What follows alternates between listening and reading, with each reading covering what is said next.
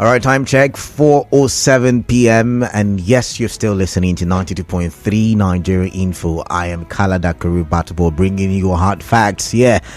And before I introduce my guest, let me do a quick intro on what we are about to talk about. I've packed the powers of the Nigerian court. And I mean, it's somewhat similar to what we treated, or one of the stories we treated when we were doing the big stories together, you and I, of course. And I've chosen this topic because you and I will agree that the court is, like they say, the hope of the common man.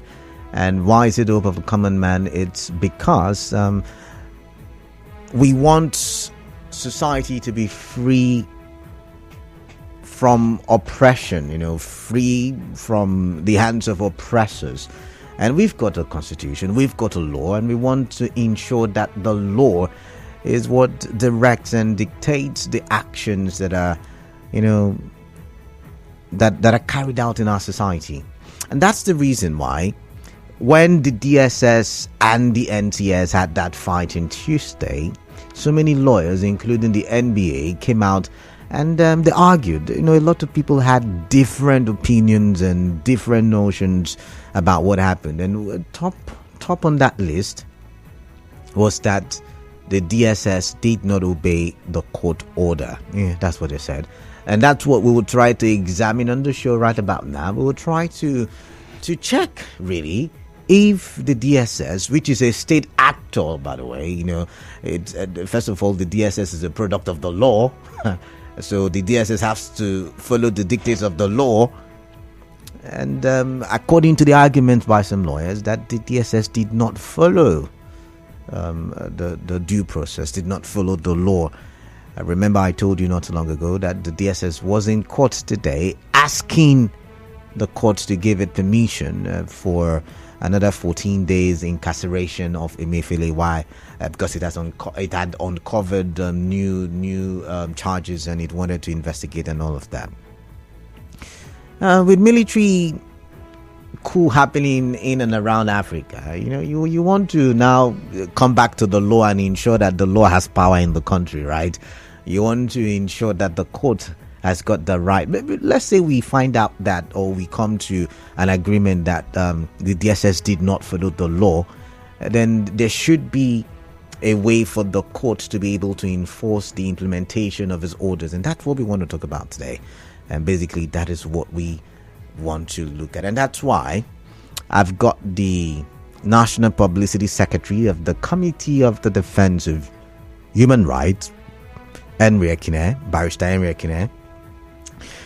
Good evening to you. Welcome. Yes, good evening. Thank you for having me. Actually, it's National Legal Advisor. Oh, I keep making former National Publicity Secretary. I keep making mistakes with it. I need to be schooled on this thing. It's but welcome on the show. It's my pleasure to be here again. And I could see while I was introduced, given the preamble, you were excited and you were nodding your head at some of the things I was reading out.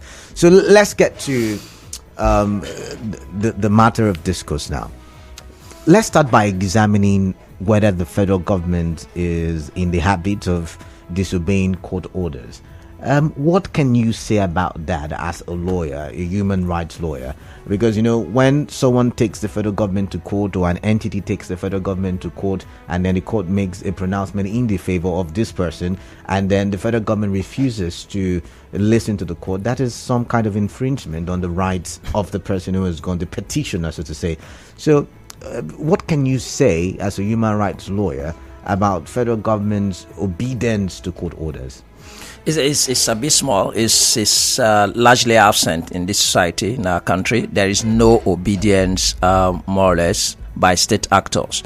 We've measured, and I've come to a realization that the greatest of violators of the law across the country, of the law in different respects, including the violation of rights of citizens, disobedience to orders of court, and apparent disregard of the rule of law, have always been state actors in societies like ours, and then maybe outside Nigeria, in most of Black Africa. That's been unfortunate. It's not anything to welcome in a democratic society, in a liberal society, really. It's unfortunate that you find a situation where the actual ideals of democracy are largely absent in a society that professes to be a democratic society. I've always said that Nigeria is not a democratic state. It's an aspiring democracy. So what is it? What is it? It's a dictatorship. We've got three arms of government. We've got the courts. We've got the legislative arm. We've got yes, Kalana, it is not enough to have the resemblance of a democratic system, right? But it's to have the actual experiences of democratic ideals prevailing in a society. That you have the organs of, yes, the Constitution of the Federal Republic of Nigeria 1999 has actually departmentalized the powers of the Federal Republic into three. So you have Chapter 4 dealing with the legislative powers, Chapter 5 with the executive, and Chapter 6 with the judicial powers. But it is in reality the exercise of these powers by these agents of states that you will measure whether indeed the democratic ideals are present. How much is liberty and fundamental freedoms respected in this country? How much are state agents and actors respecting the laws that they're actually set up to? Incidentally, like we just mentioned, three organs of government, right? So the very first in a democratic society, and it's not by chance, it's not fortuitous that the Constitution had to place the legislature under Section 4 of the Constitution, the very first in the division of the powers in the Federal Republic, so that they make laws. And you know what our law says? The Constitution says you make laws for good governance. Right? Yeah. Yes, for peace and order. That's what. So all of the laws of the National Assembly and the state assemblies is geared towards a determined goal to make laws for good governance, for peace and order. Then when you make these laws, it's expected that the executive and its agencies, ministries, departments, and all of the other agencies that enable the executive to carry out, is to execute these laws. So it means that every state agent, particularly the security agencies, are primarily there statutorily, even the laws that establish those agencies, is to enforce laws.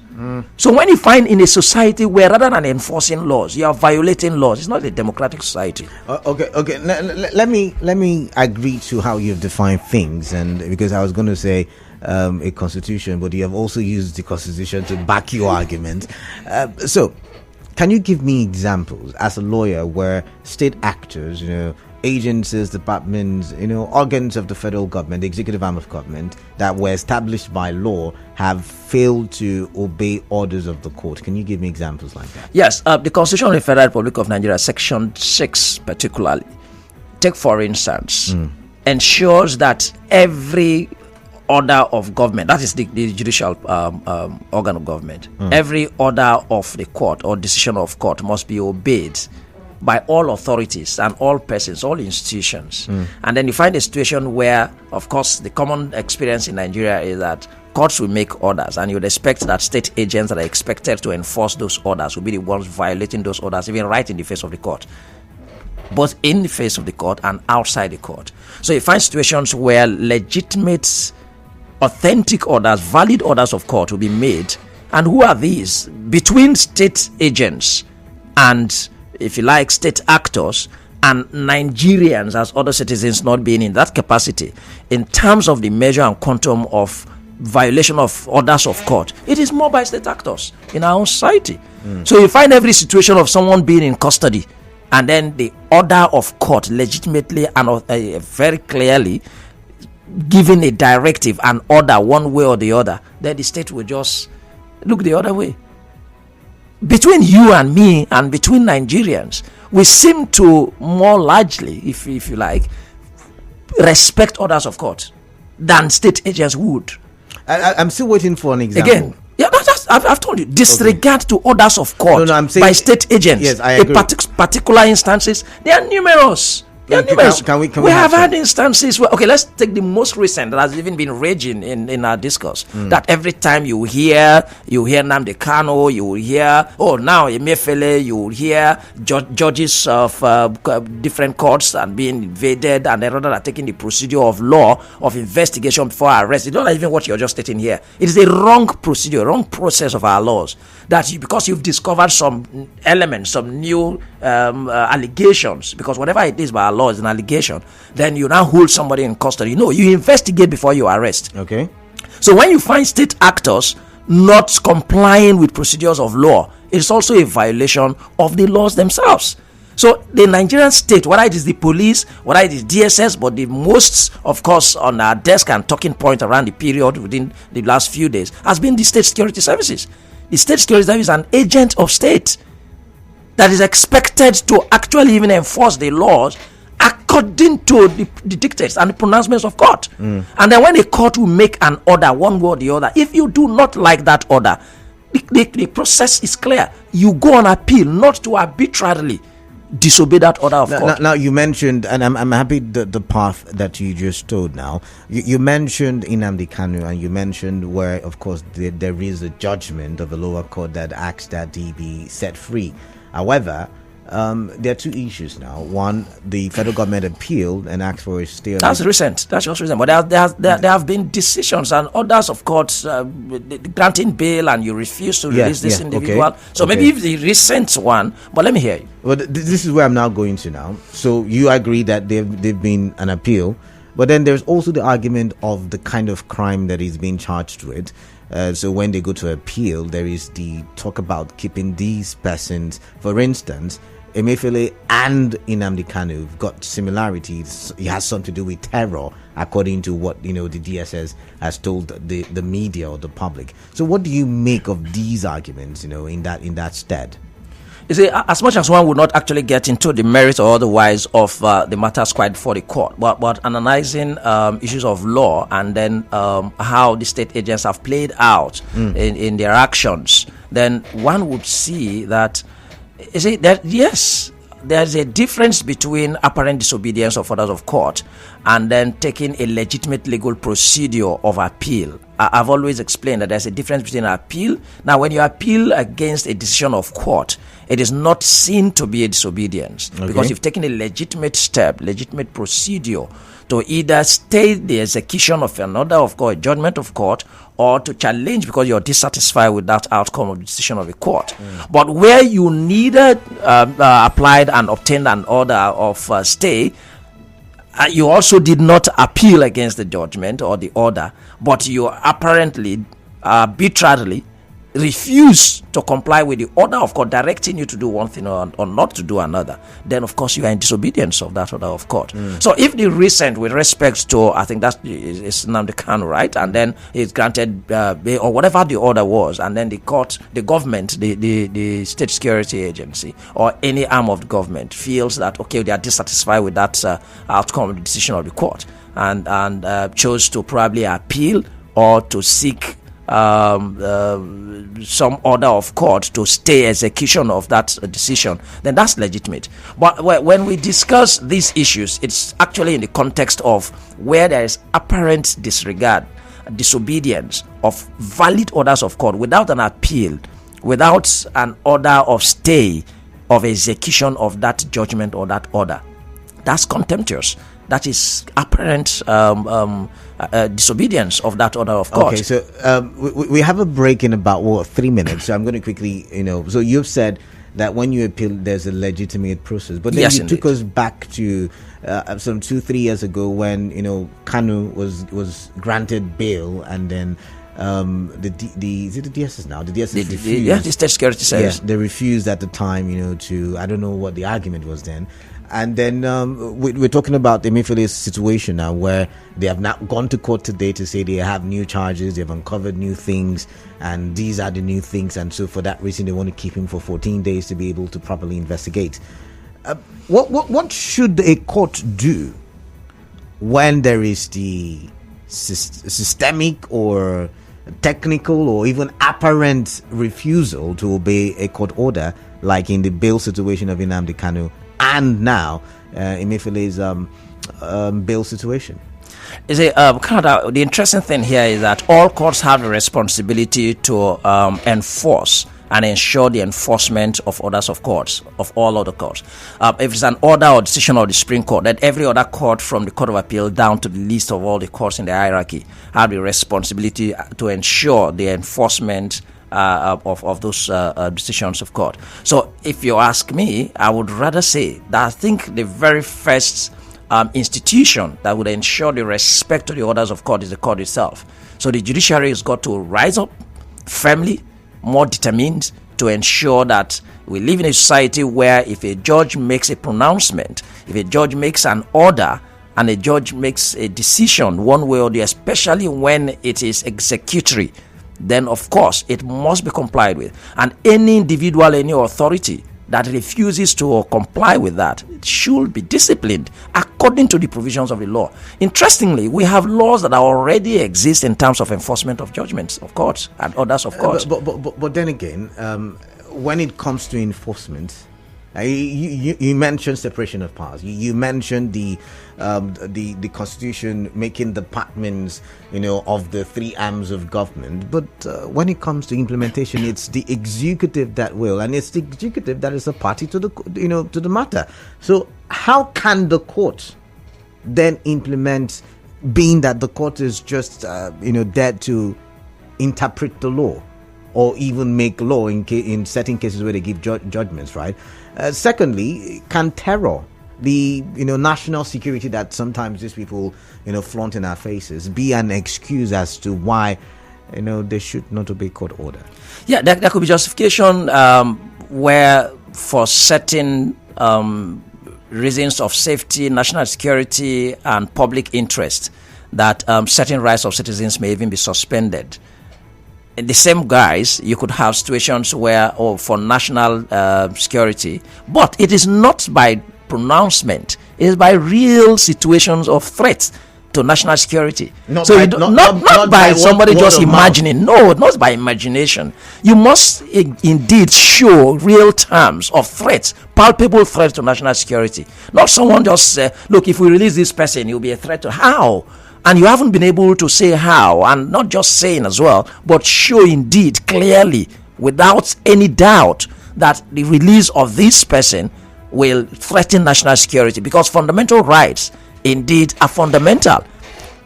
Liberties and fundamental freedoms are indeed fundamental. So before you be able to exempt the right of any citizen or suspend the right of any citizen, it must have to be a real situation of threat to national security. So there have been situations where I've heard and we've actually reacted in disagreement when the state would want to, for national security, we aren't going to release this person. How? How is this person a threat to the Nigerian state? What about all our security agencies? How has he even indicated, how has he shown in his previous life that is a threat to security in the nation? So, but that's sometimes when they become so reckless and then decide to disobey orders of court with impunity, then they come up with all of these excuses. I've just said to you here, Kalada, that there is a reasonable procedure to investigation, arrest, and prosecution. That's how it goes. That's the sequence. So any society that is turned otherwise, it becomes an aberration. So you can't have a security agency that will say, we suspect that there are other issues around this individual that were found, so we'll keep him in custody while we go to investigate. You don't do that. You don't keep somebody in custody and restrain the person's liberty before you investigate an allegation. Let's talk about the investigative style, or the investigation style of security agencies in the country. So there's usually the arrest him first. We suspect because we are generally punitive in our character, maybe because of carryover from the military regime and the way we are disposed to doing things. You just even in relationship between civilians, Nigerians, you want to do everything to really extremely punish the other person. Let me see him suffer. Sometimes that's why you even see when somebody is simply owing you in a civil transaction, you want to run to the police. If they have a way to always go to 6th Division, they would always go there and get the army to come flog you. So that disposition probably has also influenced and has not gone away from our arresting authorities, where once there is a complaint or a suspicion, the delight to taking someone in custody has not eroded, has not gone out of our security agencies and our arresting authorities. They would always want to first get you arrested, keep him there first. Imagine if you visit a police station, as we do regularly. The first thing they do, their excitement is as soon as they bring you, put him in cell, let him suffer, squeeze him, psychologically break him down, so that when you bring him out and you want to negotiate, he's helpless. He finds himself, even relatives, they find themselves in a position of a poor bargaining point. So that if you want to even bargain the liberty of that your relative or that person, whatever they say, you are almost yielding to it. Almost yielding. So that even if they bring 1 million, you probably find yourself negotiating from 500,000, where you never even have to negotiate at all. You don't have to pay a price in terms of money for the liberty of a citizen. So if they were to go through the right process of investigation, you should confront someone you've arrested with some prima facie facts and evidence. That, look, this complaint about you or against you, look at this document. What do you say about this? Speak to this. You confront someone with some facts you've already gathered. Speak to this. Speak to this. But you don't bring someone and then you keep him before you go out to go look for investigation. That is wrong. So it's unacceptable. So I guess that's one reason why we also have not been able to inch forward in the fight against corruption and corrupt practices. Absolutely. When the process is disjointed, I might go cover up my allies will help me cover up my track, and you probably won't be able to get anything. No, that shows a society where the arresting authorities or investigating authorities are unprofessional. That's a demonstration of ineptitude. You can't beat. See, it's not like the societies where those authorities actually take out investigation. Do you know we don't investigate in this country? Wow. We don't. We have had to cross-examine some investigating police officers in criminal proceedings in court, and then what they do, they just come tell you what the person has said. Most instances, what that IPO is giving as evidence in court is only a repeat of what the witnesses have said, probably what they've written down in their witness statement. Discreet investigation and thorough inquiry into an allegation is usually not carried out. Only a few institutions, and probably in some few cases, that they may attempt some resemblance of investigation. Otherwise, how?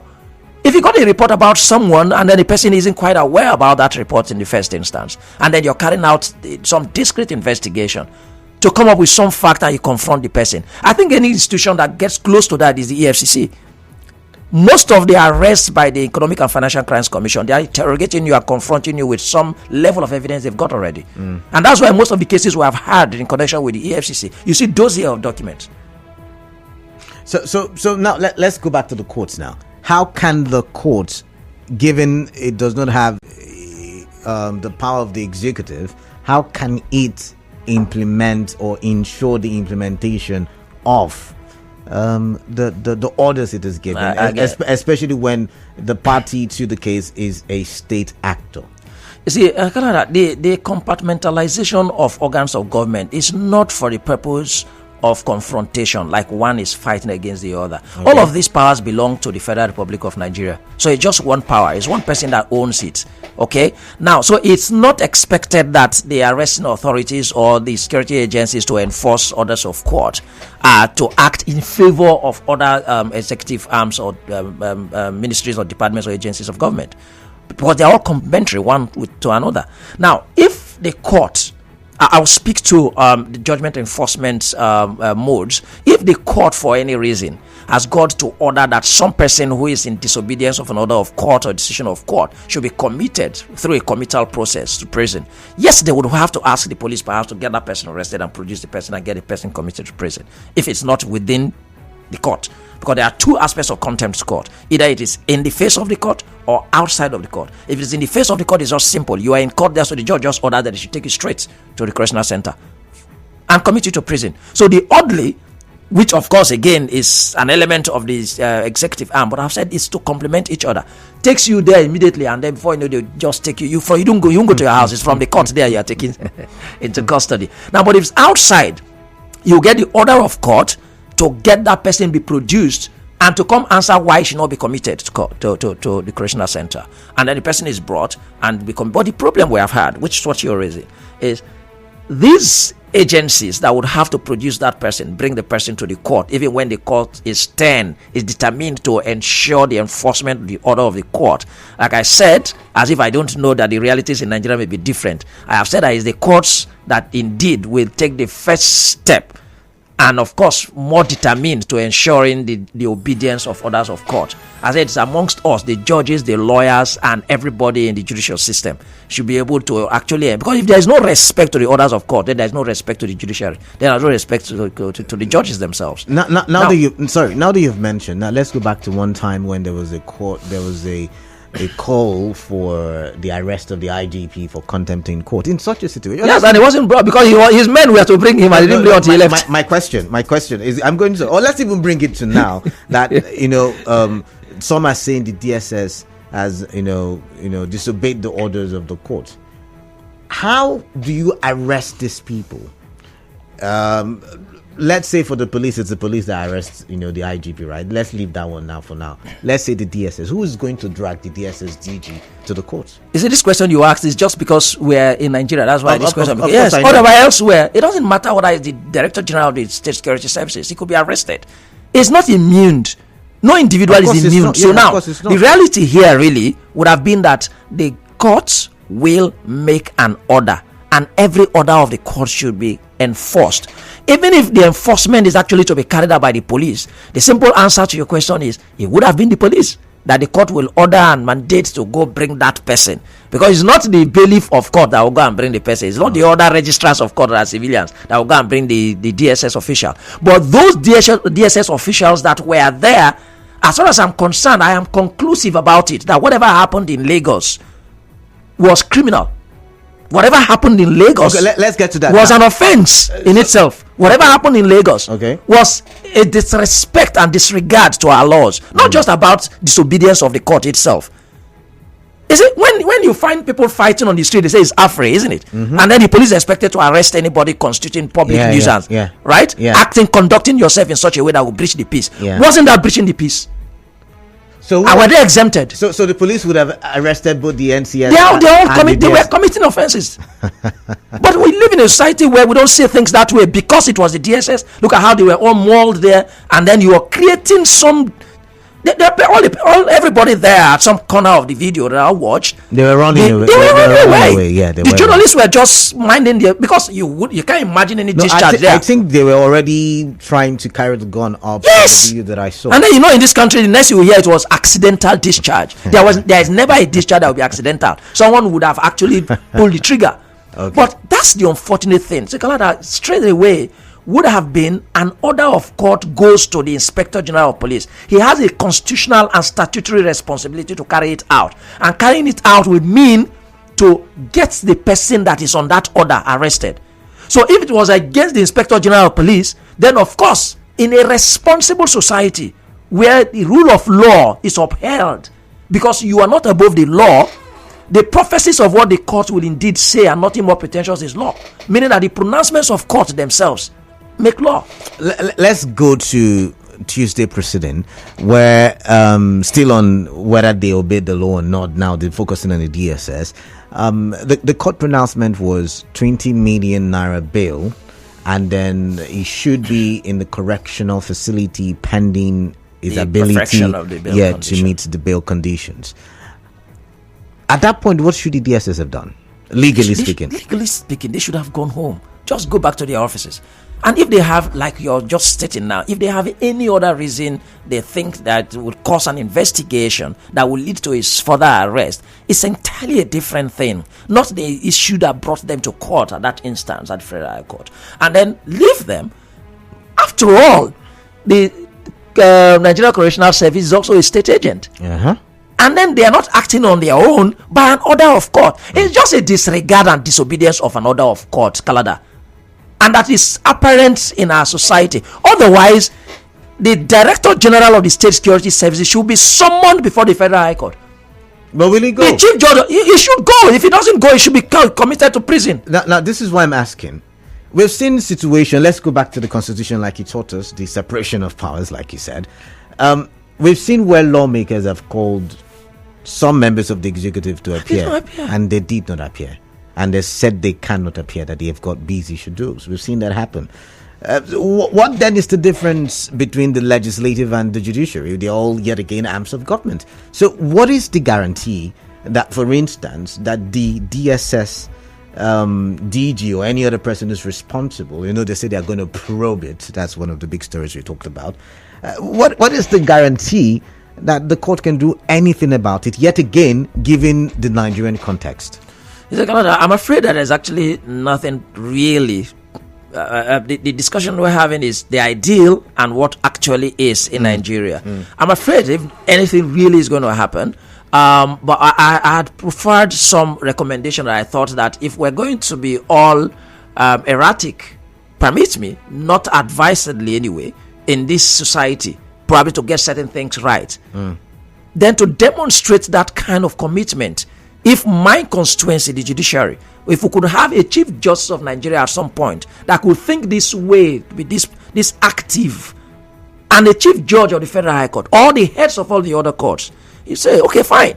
If the Director General and all his elements in the State Security Services have now decided that whenever court orders are made that is not in their favor, they will disobey, then they should remain in their offices as both the accuser, the investigator, the prosecutor, and of course the judge. Okay. Don't bring any matter to the courts anymore. If the Chief Justice of Nigeria can direct every court not to entertain any matter from the DSS, let them detain people and then remain there.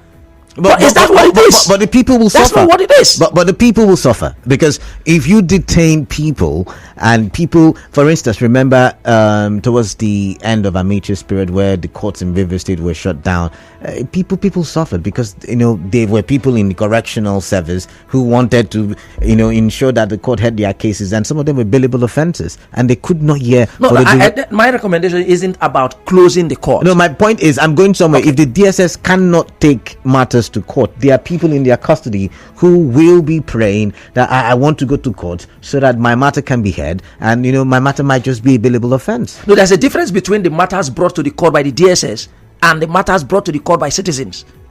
Okay. My distinction is the matter that the DSS bring. No, I mean the DSS here the DSS now. Or even you don't want to obey and respect the courts. Don't come to them for anything. Okay. Now, if you hold any person in custody and it goes beyond the constitutional limits that you have to hold, that individual himself can approach the court, and then the court makes an order that you really. But you and I here now, how many orders have been made and then they've refused to get them out? So we're back to the same thing. Oh my goodness! But that's what.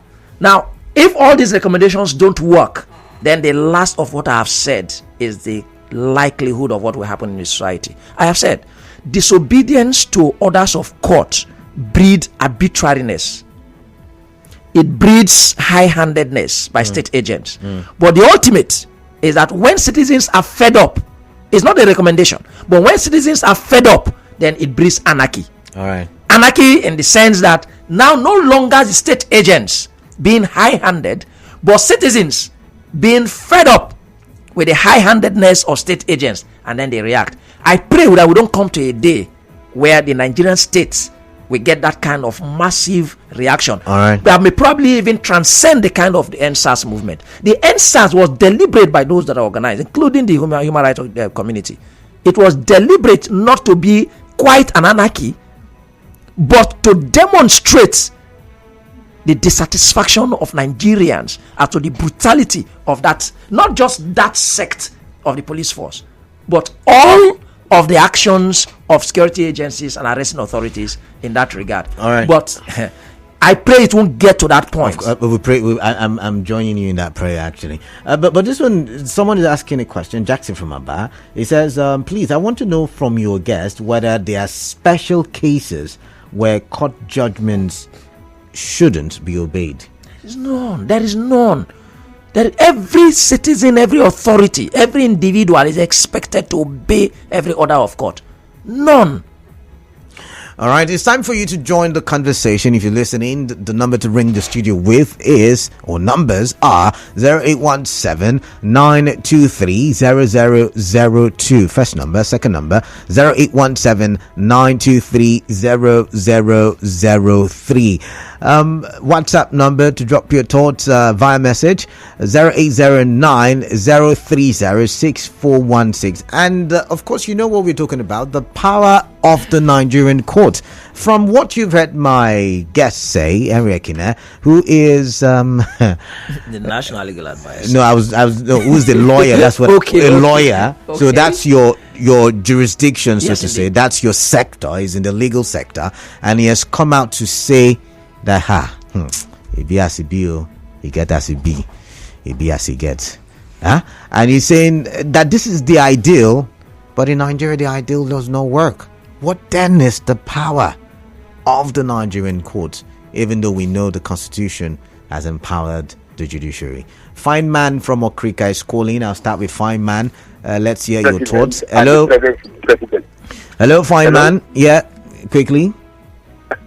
Are you with me? I'm with you, Fine Man. Are you with me? What I say, I'm telling this question that the judiciary, most times they set in such conditions, because as I do understand, when the electoral act was amended and after something was given, order was given to that someone that every time one particular person cannot buy ticket. But in Nigeria, we are here when these two persons bought ticket, and these cases were taken to court, and the court answered them, and they were giving a judgment for them to go and contest after taking place at home. That's one question. Why should it be so? Then the second one, during what am I forgetting? Quickly, please. Your time is almost up. Somebody won an election in a state, and they took the father to the court, and the fourth person was made to be the governor of the state. So the government organization can be held. Can that not be respected? That is why most of these things are happening. So I don't support what the federal government. All right. Fine man, thank you very much. I've got to let you go. I didn't get your second question because your line is not really clear. But I got the first question, and I'll throw it to my guest shortly to answer. But I've got Clifford, and he's calling from Abloma. Clifford, welcome. Good day. Yeah, Clifford, welcome. Canada. Yeah, quickly, please. Yeah. Yes, please. From what your guest have said, can we conclude that Nigeria is now a lawless society? My guest will be able to answer that. I'm not a legal professional. But what else do you want to say? Do you have any other thing you want to say so I can go to the next caller? Yes. Please. This case of the DSS not allowing Emefiele to go home. No matter what he has done, I know he did a lot of atrocities to Nigerians, but the law has said that he should be on bail. I think they should allow him to go home. When you say atrocities, all right then. You can investigate and then rearrest him. All right then. But first of all, obey the law, the judge. All right then. Thank you very much, Clifford. The bail order. When you say atrocities, you're not the judge, you're not the court. I know we're talking about the power of the court, but you have to wait for the court nonetheless. I've got Daniel from Transamari. Daniel, welcome. Yeah, Canada, good evening. Yeah, good evening. Good evening to your guest. Yes, good evening. Canada, mine is a question. I've listened to the suggestion of your guest, but is there no way that the human rights lawyers in Nigeria, which is a body of judiciary, practically not just theories, write and follow it up with NBA, because some of these chief judges are members of NBA, so that judiciary will have action they will take against state attacks. Because this thing continue with every president. The IGP have done his own, he's gone. Look at today's own in DSS. Tomorrow we must see this kind of thing. I'm not saying you will. In fact, it's a must. It will repeat. It's a matter of the time. So is there nothing that judiciary can do? So, okay, we have to do something about this to respect our institution, because this is a disgrace. This is in fact let down to the judiciary itself. So is there nothing they can do practically that go beyond suggestion that, look, we have to do this, so for this thing to stop? Thank you. All right, thank you very much, Daniel. I've got Christian from Rumigbo. Christian, welcome. Yeah, Canada, good afternoon and good evening. Good evening it is. Welcome, Christian. Well, I think my opinion is somewhat different from what the way people are looking at it, because I think that what we saw that day is just a reflection of who we are and the kind of persons we are in Nigeria. Across all board, Canada will have to tell us the truth. All right. People now begin to talk about professional misconduct and all that. Where is it not happening? Is it in Nigeria that we say to go and do road that we do it well? Or is it the lecturer that sleep with people and collect money? Or is it, well, we just mention it. But we are quick to come and condemn other people. Meanwhile, I know of somebody who comes to that studio and be talking, but when during the election, he was one of the people that were misbehaving here and there. So for me, I think it's just a reflection of who we are. Let's all stop shouting. The disease is on all of us. And if Nigeria must move forward, we must remove those specks in our eyes first before come and talk about the must in another person's eyes. All right, then. So that's what I have to say. All right. That's the reflection of our society. It's across board. All right. Thank you very much. Remember, we're live on Facebook. Nigerian for PH is the handle. We're active on Twitter. Nigerian for PH as well. And we're live on YouTube. Nigerian for PH. Nigerian Info PH for all three platforms. Go there, drop your comment, I read them. Hello. What's your name? Where are you calling in from? Braid from Marwan. Yeah, Braid, welcome. And greetings to Mr. Kalada. My name is Chief Comrade. I am Braid. All right. Yes, for me, Ekine, I want to put to you that you meet other of your members who are fighting as human rights to ensure that you press on that there should be reform. If there will be constitutional amendment, there should be a confab. That is where we can get all these things right. Because the flagrant disobedience of law is coming from the government. All right. If you look at the federal government, they are flagrant disobedience of law. If you come to the governor, that is to see the once again. So for me, the way we can really get it is have to go into reform. If there will be really reform, if the federal government will agree that there should be confab, I think then we can get it right, because every geopolitical group can go in and ensure that so many areas is being handled, and also it will come into democratic confab. And that is when we can get it right. That's the way I think, because if you look at the armed forces, they are using their hands to intimidate the masses. And that is not really good. Because when it will get to some certain point that the masses will revolt, and then it will not get it very good. All right, thank you, Braid. I've got Kingsley from Abba Road. Kingsley. For there to be difference in this country. Kingsley, can you hear me? Yes. Don't share your thoughts there. Share it here. Share it with me, please. Welcome. Sorry? I'm listening to you. Go ahead. What's on your mind? So, okay, so what I'm saying is this, that our institutions have been eroded by our politicians. They have bastardized our institutions. Look at the judiciary. Look at what happened with the DSS and even the correctional service officers. It's so shameful. So the politicians are responsible for all of this. And gradually these things will hit them. Because when you push the masses to the wall, they will react. And gradually it is getting to that point where they don't have respect for constitutional institutions that we have. This is a country, a sovereign country for that matter. People just do the things the way they like. They don't have rule of law. A judge will give an instruction, a judgment, and those that are supposed to carry it out will not. So what are you expecting? Anarchy. Anarchy. That's what you're expecting, and that's what they are calling for. And all of them that are doing this now, maybe they are comfortable with it, but when it will backfire, it will roll on everybody. So if we bastardize our judiciary, we are in for a big problem. And so all eyes are on the judiciary. We are looking at them. They do not even have the courage now to pass judgments without being influenced by politicians. So it's a problem. It's a big problem. All right, Kingsley, thank you very much. I've got to move on now. Thank you very much. I've got eBay. Oh, sorry, I missed eBay from JRA. Sorry about that. But I've got Maxine from Port Harcourt Township. Maxine, welcome on the show. Mr. Kamala, good evening. Yeah, good evening to you, Maxine. Mr. Kamala, I've just been listening to you. This is Maxine from Port Harcourt. All right. You see, it is just high time.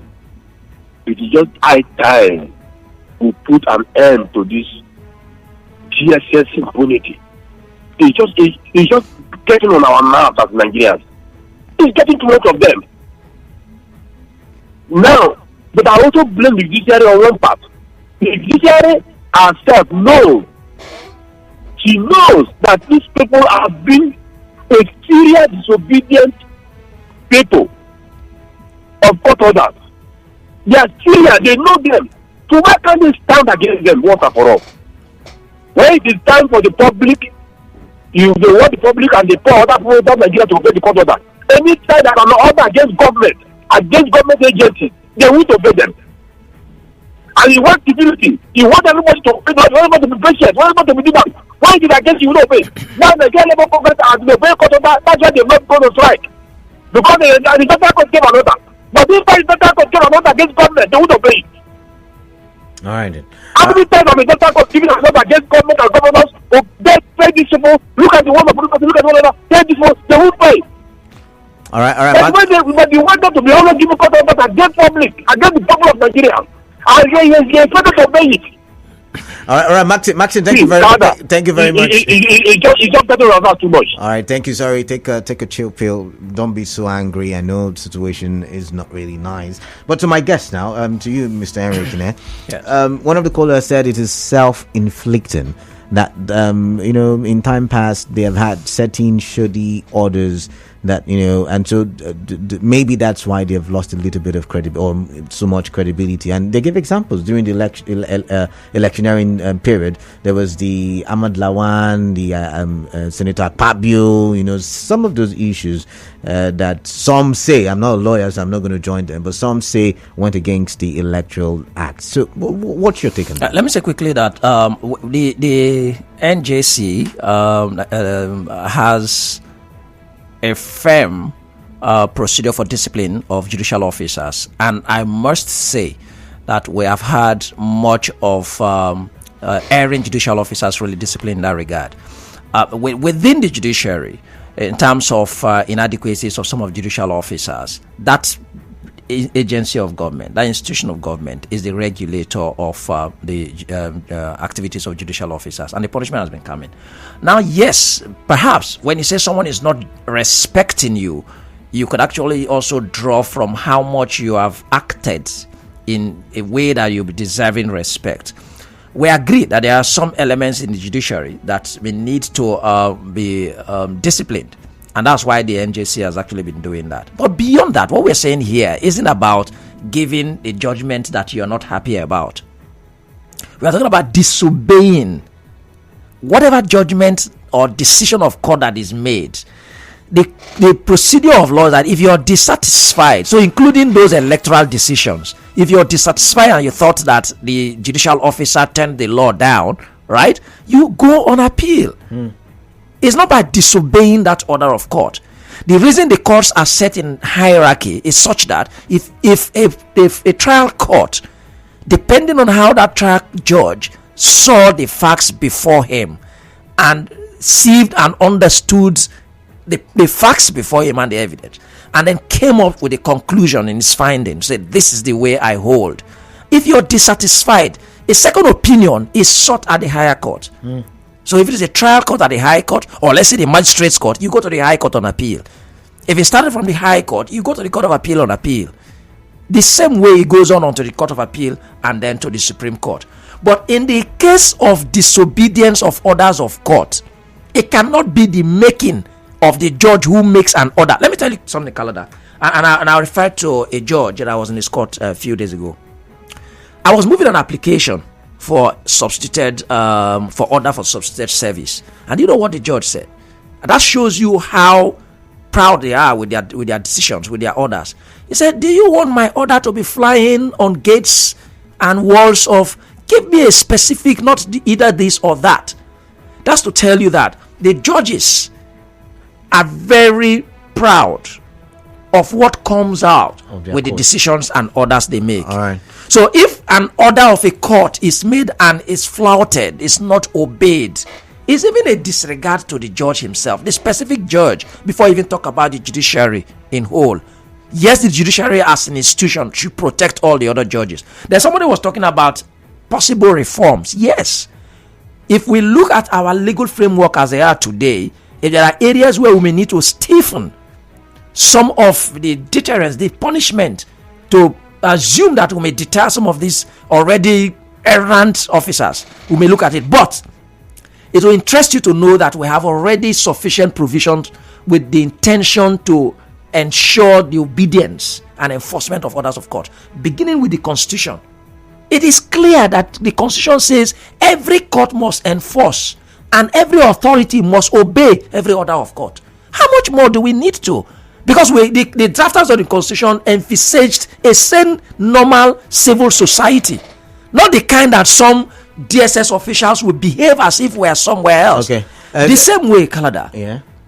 The judgment enforcement procedures, whether it is by the rules or by the laws, the Sheriff and Civil Processes Act, whether it is by the law also in states that have the Sheriff and Civil Processes Law, are all clearly there as to how to enforce judgments of court. But more importantly, that is appropriate here is committal. All right. Commit these people to prison. That's what I want to ask you now, because I can't even read the messages time, and I know they have questions for you. So you know what I'll do is, when I'm tackling this during the open season, anyone that there is a question, I'll send you a text message and you help me reply. It's all right then. But the final question, because we've just got less than 2 minutes, is: so what should the correctional service do at this point? Should it storm the DSS office?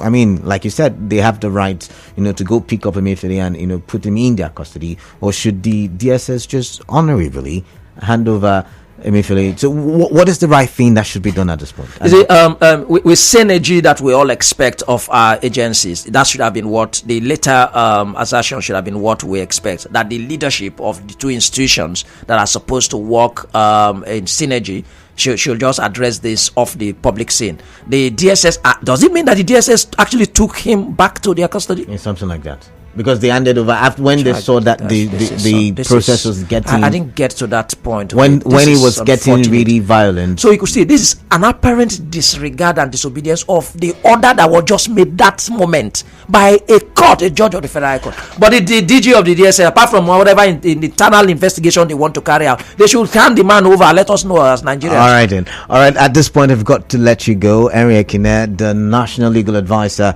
of the Committee for the Defense of Human Rights. All right, thank you very much, and that's the much that we can take. We'll revisit the conversation the 6 o'clock hour after the major news. For now, listen to the news updates. Thank you very much.